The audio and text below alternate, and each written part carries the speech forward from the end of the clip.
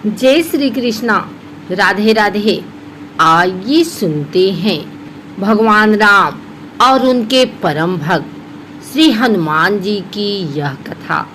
मर्यादा पुरुषोत्तम भगवान श्री राम के परम भक्त श्री हनुमान जी के बारे में तो सभी जानते हैं। यह भी जानते हैं कि दशरथ नंदन राम हनुमान के हृदय में बसते हैं। लेकिन क्या आपको यह पता है कि एक बार पवन सुत हनुमान श्री राम जी से ही लड़ने पहुंच गए थे। हो सकता है यह सुनकर आपको हैरानी हो, लेकिन यह सत्य है और इस घटना का जिक्र श्री राम कथा में भी सुनने और पढ़ने को मिलता है। लेकिन इससे भी ज़्यादा हैरान करने वाली बात यह है कि पवन सुत जब श्री राम से लड़ने के लिए तैयार हुए तो उन्होंने सौगंध भी मर्यादा पुरुषोत्तम की ही ली।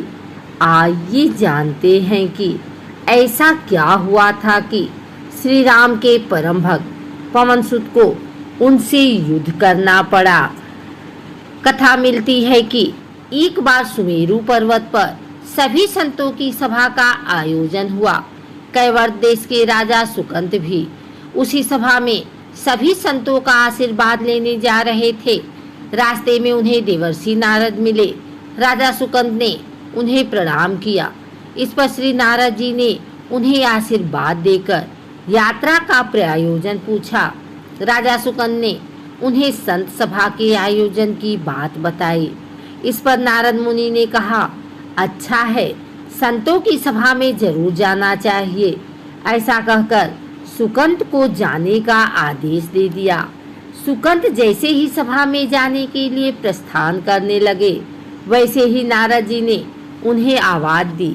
इसके बाद कहा कि जिस सभा में जा रहे हो उसमें सभी को प्रणाम करना, लेकिन ऋषि विश्वामित्र का अभिवादन बिल्कुल भी मत करना। इस पर सुकंत ने पूछा कि यह तो उचित नहीं है।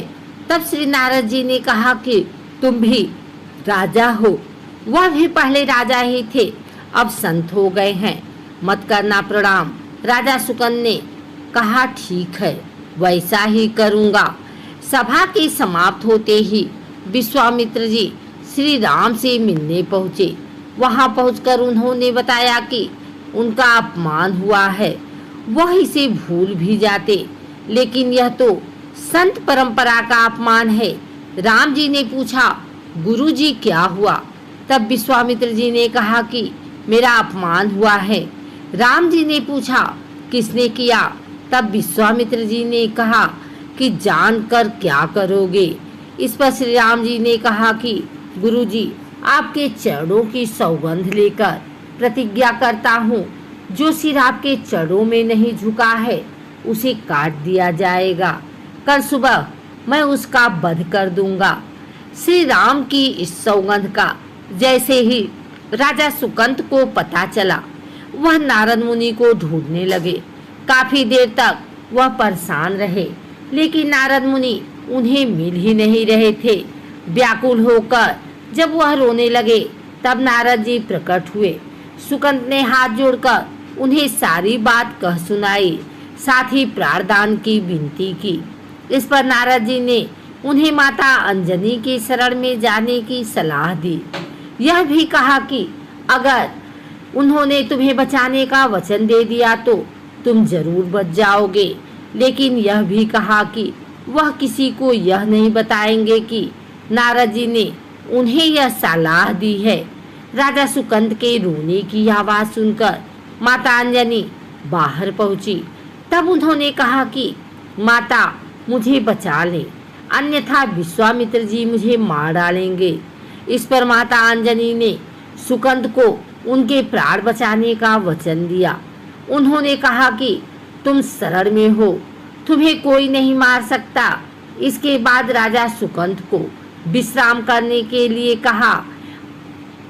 शाम ढले जब हनुमान जी माता अंजनी के पास पहुँचे तो उन्होंने सारी बात बताई, लेकिन सुकंत को बुलाने से पहले पवन सुत से सौगंध लेने को कहा।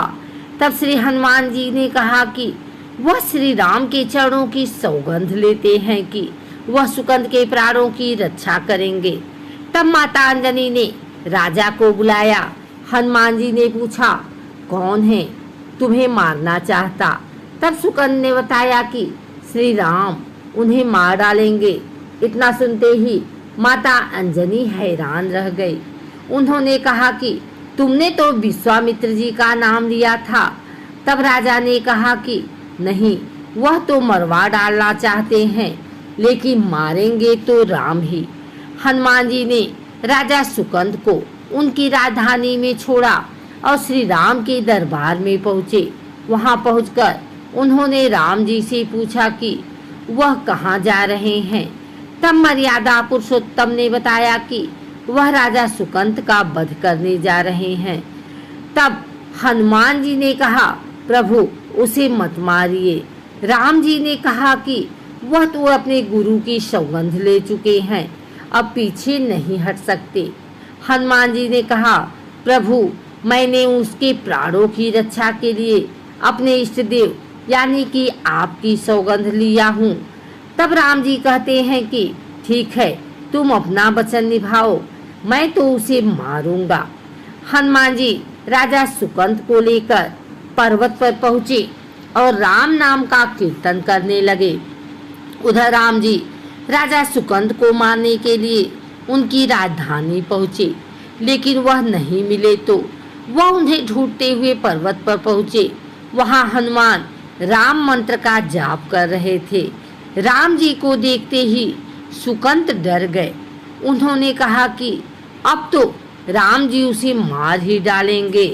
वह बार बार हनुमान जी से पूछता कि बच जाएंगे हम। तब उन्होंने कहा कि राम मंत्र का जप करते रहो और निश्चिंत रहो, भगवान नाम पर पूरा भरोसा रखो। लेकिन वह काफी डरे हुए थे, तो हनुमान जी ने सुकंद को राम नाम मंत्र के घेरे में बिठा दिया। इसके बाद राम नाम जपने लगे। राम जी ने राजा सुकंद को देखकर जब बाण चलाना शुरू किया तो वह राम नाम के मंत्र के आगे विफल हो जाते। राम जी हताश हो गए कि क्या करें। यह दृश्य देखकर श्री लक्ष्मण जी को लगा कि हनुमान जी भगवान राम को परेशान कर रहे हैं, तो उन्होंने स्वयं ही हनुमान जी पर बाण चला दिया।